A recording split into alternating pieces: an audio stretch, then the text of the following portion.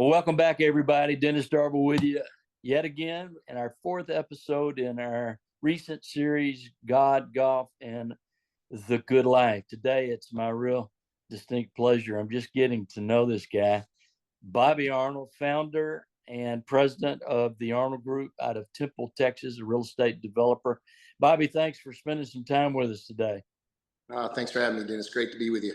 Hey, listen, take a second or two. Just, I think probably everybody will quickly understand what it means to. You've been at this for 35 years, but give us a quick 30,000-foot view of what does it mean to develop real estate there in Texas. We just buy raw land, what most people in Texas would call a cornfield, and develop it, zone it up, turn it into streets, roads, houses, and then develop the commercial things on the front side. So just take raw land, develop it out, and that's kind of a big picture of what we do. Yeah, I thought that's what you'd say. And you've been at this 35 years. Extraordinary. That's why I told you I look like I'm 85. I've been in this too long. Yeah. So mentioning that off camera, you said you've been through a handful of cycles in 35 years.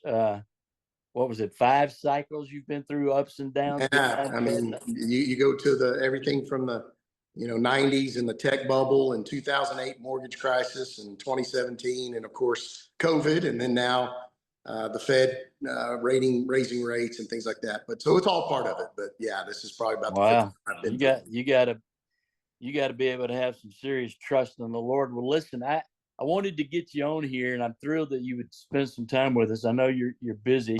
In fact, you had a closing just yesterday, did you not? We did. Thank goodness. Good. Yeah. So listen, just talk to us a little bit about the difference Jesus makes, whether it's the good times you're really flying high, or it's really the tough times, like the season you're in now. What the difference Jesus makes, and a little bit about that story, if you could. How your brother really badgered you to become a Lynx director. I want to hear more about that. Yeah. I think that definitely, Dennis, I'm certainly of all people one that can share the good, the bads, the stupid, a lot of things like that in my own life, and challenges and struggles, mistakes. And when Bill Euler was here, he was our Lynx guy in Temple, and Bill moved away. So Boo had been on me for quite a while, excuse me, to start Lynx in Temple. And I, like everybody else, had every reason in the world why I'm the wrong guy. As I shared with you earlier, I'm sure I'm a long list of guys that have stood before God and told him why he's got the wrong guy. Of course, Moses comes to mind. We think of Moses, and God calls him, and Moses says, I'm not your guy. God says, but I'll be with you. And Moses says, but what if they say you didn't speak to me? And he says, well, how about that rod in your hand? Let's use that. And well, but I can't speak. And he says, well, I'll give you Aaron, and God just continues to answer every question that we have about why God would choose us. And in my own life, with a history of, brokenness and shame, and I just was continually reminded by God that God's been faithful to me, and he's been enough for me despite many mistakes and many trials and many struggles. And really, Dennis, I meant to share this with you earlier, is that I feel like God finally just cornered me and asked me, he said, Bobby, can you just go love these guys? Yeah, 2 years ago, I was privileged to come out and spend some time with you guys in Austin, played a little golf and had a little gathering with some other Lynx players. And I met all your guys, and that's just the neatest group of guys in the whole world. Just, so you finally said, okay, I yield. You cried uncle and said, Lord, I'll give it a go. And obviously I've heard some fascinating stories about what the Lord's doing through y'all's Lynx fellowship there. So all these years, just walking with the Lord, you've had your own ups and downs, just like me. I don't know anybody that's walked with the Lord, if they're being really honest, haven't had some great seasons in life, and then some seasons that we've made some crazy decisions. Am I anywhere near describing what your journey's been like? Absolutely. Yeah.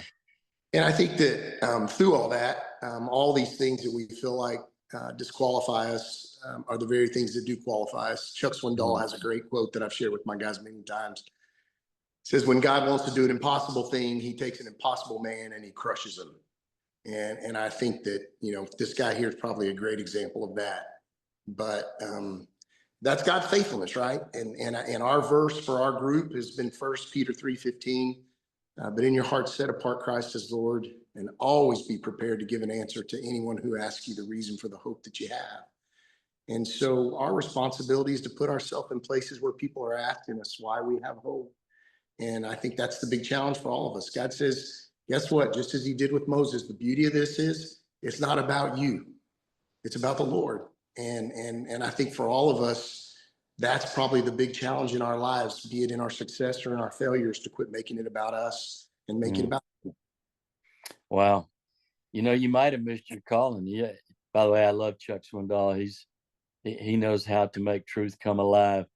Hey, you sent me, and I forgot who the author is. I won't put you on the spot, but you sent me a poem because we've been talking about what we wanted to talk about regarding this Friday devotional and video. And this one's God, Golf, and the Good Life, subtitled Vanity Fair.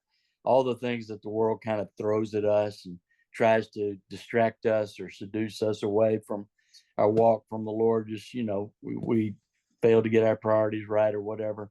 I just want to read a few stanzas of this. This is powerful. I'm gonna copy it and keep it. And he begins, one by one, he took them from me, all the things I valued most, until I was empty handed. Every glittering toy was lost. And I walked earth's highway, grieving in my rags and poverty, till I heard his voice inviting, lift those empty hands to me. So I held my hand towards heaven, and he filled them with a store of his own transcendent riches. Wow, I start crying myself, till they could contain no more. And at last I comprehended with my stupid mind and dull that God could not pour his riches into hands that are already full. I'm so appreciative that you sent this to me. You care to comment just briefly on that, on how that poem touched you, or perhaps why, and then we'll call it a day. Yeah, I think that, you know, I've seen evidence of that in my own life. My hands were so full of things in the world that it was impossible to find any space in there for the Lord. And so that's been the big challenge for me, Dennis, in my own life. Is I've got to quit making my life about me, and I've got to, as we read in Hebrews 12, fix my eyes upon Jesus, the author and perfecter of my faith. And that's been the difference for me in my own life. When my eyes are on the right thing, my life is where it needs to be, and when it's not, it's in shambles. Well, you couldn't have summed it up any better. I can't tell you how much I appreciate your time. Although, quite frankly, just talking to you on and off camera has really challenged me and convicted me in a really good and precious way. Reminded, just as you said to me earlier, you know, asking yourself, is Christ enough? And of course, the answer is always yes, but we tend to get confused about that from time to time. Bless your brother, bless your family, bless your business, and I really appreciate your time. Thanks for having me, Dennis. It's always good to see you, brother. Thank you, brother.